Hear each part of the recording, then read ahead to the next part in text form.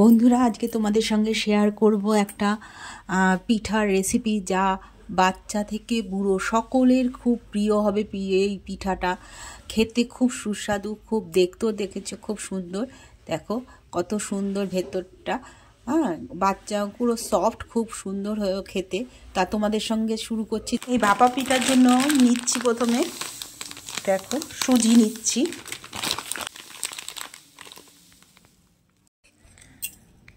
এই 1 কাপ, আর একটু 1.5 কাপের মতনই সুজি আছে আমার, 1.5 কাপ সুজি নিলাম।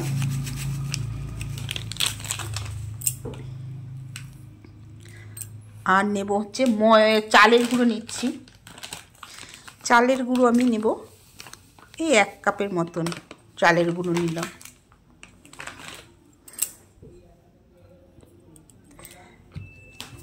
এবার নেব একটুখানি, অল্প একটু নুন নেব। নুনটা নিলে মিষ্টিটাও ঠিক হয়, খেতেও স্বাদ বাড়ে খাওয়াতে। নুন নিলাম। এরপর আমি নেব একটুখানি গুড় নেব। আমি এখানে পাটালি গুড় ইউজ করছি। তোমরা এখানে গোলাটায় তোমরা যে কোনো ঝোলা গুঁড়ো ইউজ করতে পারো। এই পাটালি গুড়টা আমি ভালো করে ভেঙে এটা ইউজ করছি। দেখো 150 গ্রামের মতন দুধ নিলাম, গুড় নিয়েছি। এবার দুধ নেব, 1 কাপের মতন দুধ নিলাম, 1 কাপ ভর্তি দুধ নিলাম। এটা গোলানোর জন্য মোটামুটি যতটা আমার প্রয়োজন, তার চেয়ে যদি বেশি লাগে তাও আমি নিতে পারি।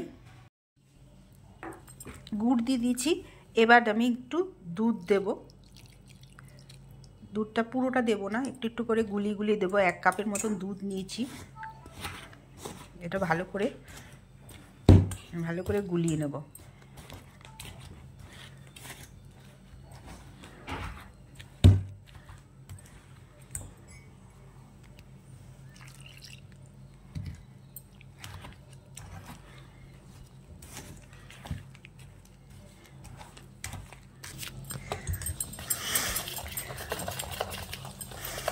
এবার আমি এই অবস্থায় 10 মিনিট এটাকে রেস্টে রাখবো। 10 থেকে 15 মিনিট আমি এটা রেস্টে রাখবো।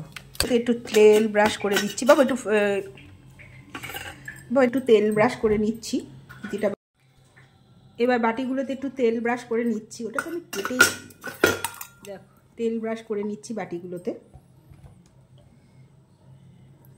প্রতিটা বাটিতে ভালো করে কিন্তু তেল ব্রাশ করে নিতে হবে। ভালো করে তেল ব্রাশ না করলে কিন্তু পিঠাগুলো ভালো উঠবে না। এই জন্য তেল ব্রাশটা কিন্তু ভালো করেই করতে হবে।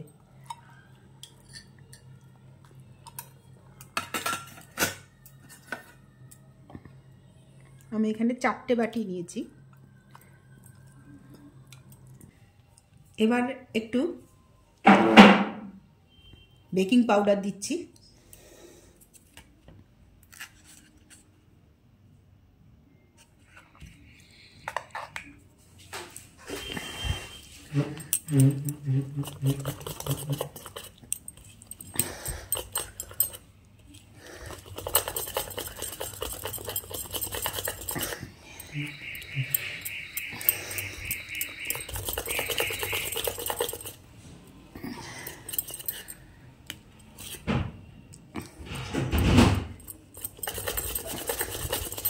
দেখো 10 মিনিট রেস্টে রেখেছিলাম বলে অনেকটাই ফুলে গেছে এবং ঘন হয়ে গেছে।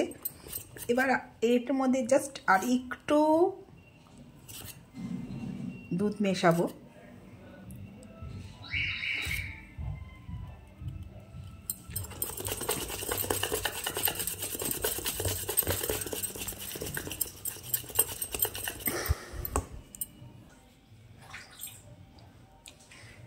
সামান্য পরিমাণে একটু দুধ মিশিয়ে দিলাম।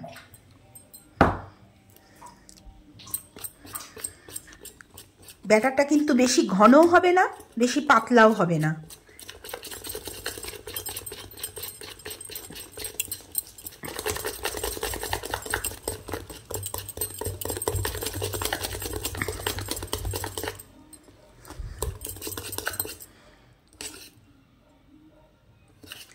দেখতে পাচ্ছ?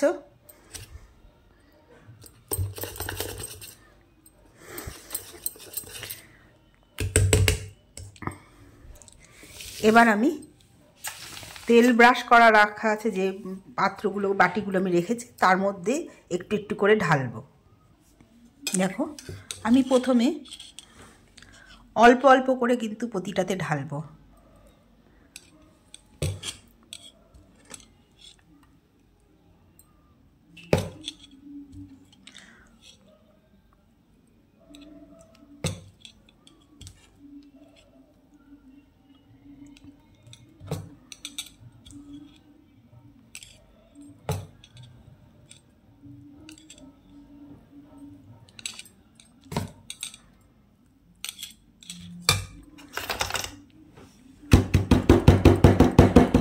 একটুখানি এরকম করে নিচ্ছি। দেখো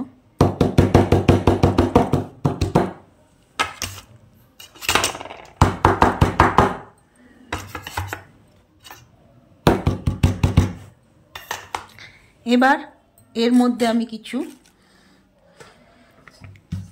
কুচনো নারকেল কোরানো নারকেল আমি দেব। এই নারকেলটা না দিলে কিন্তু এটার টেস্ট হবে না, এর টেস্ট তোমরা কিন্তু পাবে না। এই নারকেল কুচিটা অবশ্যই দিতে হবে এই ভাপানো পিঠার মধ্যে। দেখো তোমরা ইচ্ছা করলে ড্রাই নারকেলও দিতে পারো আর এরকম কুচানো নারকেলও দিতে পারো, কোরানো নারকেল।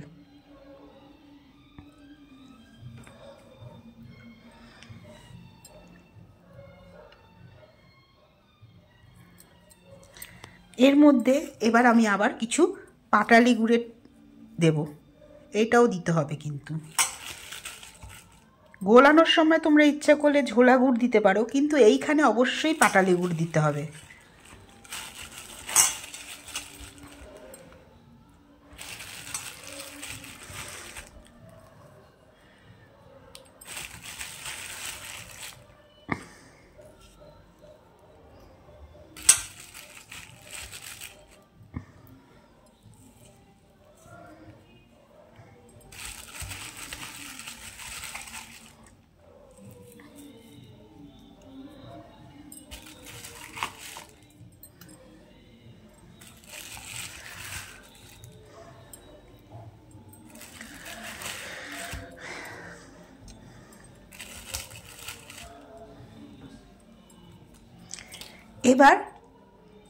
এবার আবার যে অর্ধেক করেছিলাম এখানে আবার তার উপর দিয়ে কিন্তু আমি আবার আমি দিয়ে দিচ্ছি। কিন্তু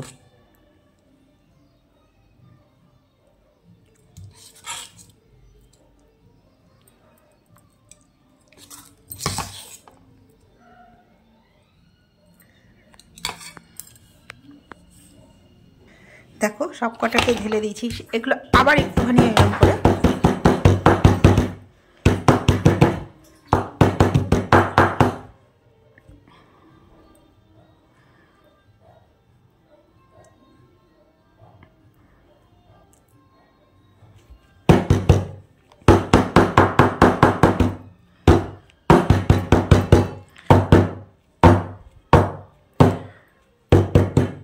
পুরো ভালো করে ঝাঁকিয়ে ঝাঁকিয়ে এরকম করে প্রতিটাতেই কিন্তু আমি এইভাবে দেব। দেখো প্রতিটাতে আমি এইভাবে করব।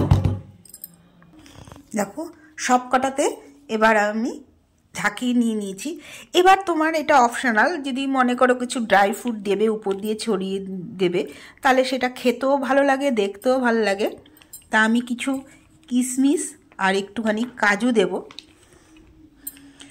এটা অপশনাল পুরোটাই, তোমরা চাইলে দিতেও পারো নাও দিতে পারো। আমার ঘরে ছিল তাই আমি একটু দিয়ে দিলাম একটু ডেকোরেশন করার জন্য।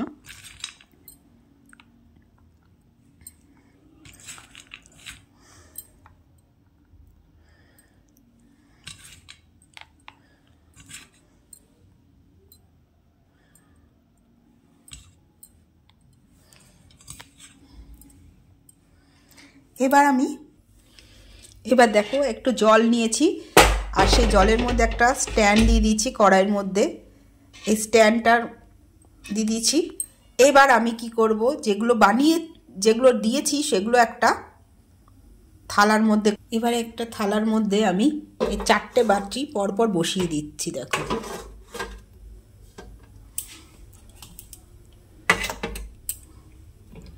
4টে বাটি চার ধারে বসিয়ে দিলাম। এবার আমি ঢাকনাটা দিয়ে পুরো চাপা দিয়ে দিব। এই ঢাকনাটা দিয়ে চাপা দেওয়ার পরে আমি মিডিয়াম টু হাই রাখবো ফ্লেমটা দিয়ে আমি 20 মিনিট এটার জন্য ওয়েট করব। 20 মিনিট পরে আবার চেক করব। বন্ধুরা 20 মিনিট হয়ে গেছে, একটু চেক করে দেখাচ্ছি। দেখো, এই দেখো কিচ্ছু লেগে নেই।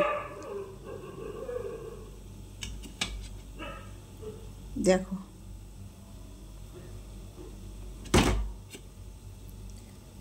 দেখতে পাচ্ছ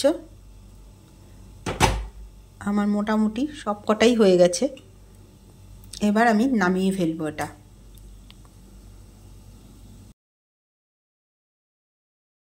বন্ধুরা মোটামুটি আধ ঘন্টার মধ্যেই কিন্তু আমার পিঠাটা কিন্তু তৈরি হয়ে গেছে। দেখো বেশ শক্ত হয়ে গেছে, এখন নরম ভাবটা আর নেই। এবার দেখো আমি তোমাদের কাছে তুলে দেখাচ্ছি পিঠাটা কেমন হয়েছে, তাহলেই তোমরা বুঝতে পারবে। এই দেখো কেকটা একদম কেকের মতন দেখতে হয়েছে, কেকের পুরো। দেখো